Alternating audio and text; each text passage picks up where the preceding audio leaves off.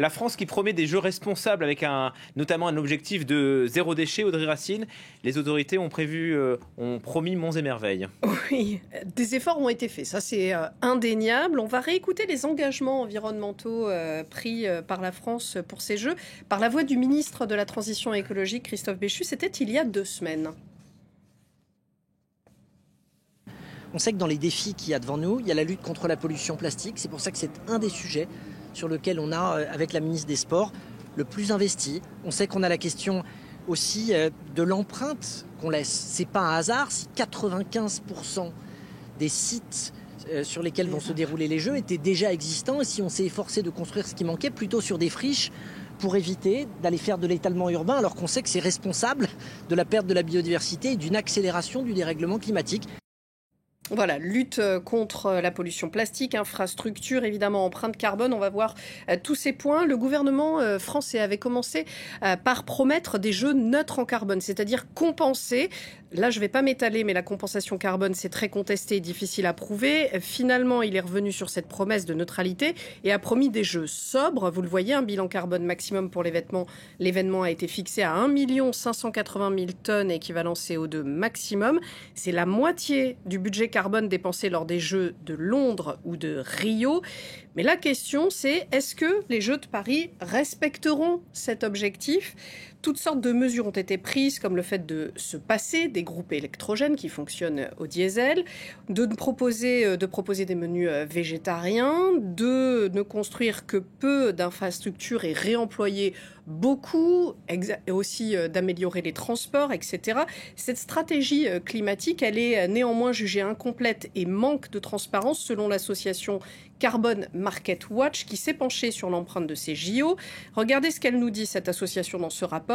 Rendre les Jeux Olympiques responsables dans leur format actuel où des athlètes du monde entier se rassemblent en une ville et où il faut construire de nouvelles infrastructures dédiées est tout simplement impossible. Elle salue donc les efforts des organisateurs de Paris pour réduire leur empreinte, mais appelle à une refonte totale du système des Jeux Olympiques pour éviter notamment les trajets en avion des spectateurs. On ne sait pas si ceux-ci sont comptés dans le budget carbone, j'en doute honnêtement.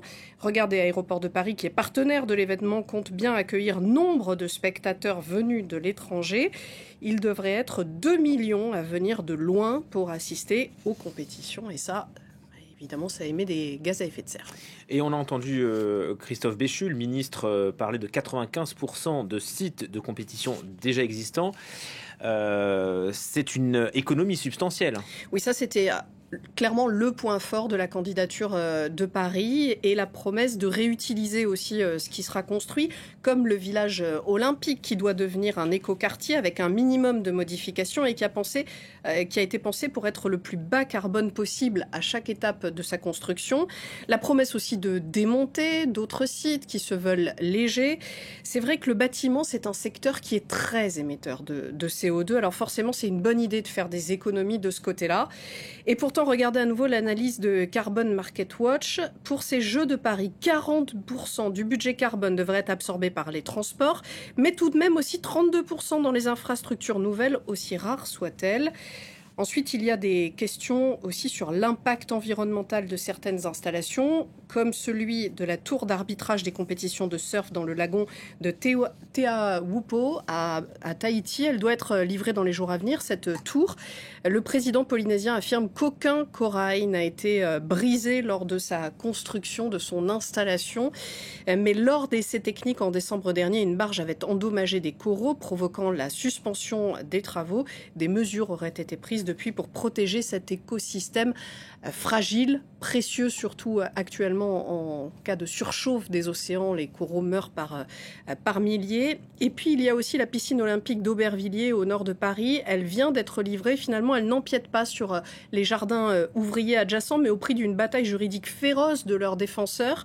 La piscine est construite sur un ancien parking et laissera donc les habitants continuer à profiter de leur petit espace de verdure. Un mot enfin rapidement de l'objectif affiché au départ de Jeux sans plastique à usage unique. Finalement, il y aura des dérogations. Il s'agira de limiter cette pollution plastique grâce à des fontaines, des gobelets réutilisables, des zones de restauration sans emballage. On verra si ça a été efficace à la fin de ces Jeux. Bon, ce ne sont pas des jeux verts. C'est impossible. Ce sont des jeux vert clair. Vert clair, pas bleu. Merci beaucoup Audrey. À suivre votre émission À l'affiche Champour.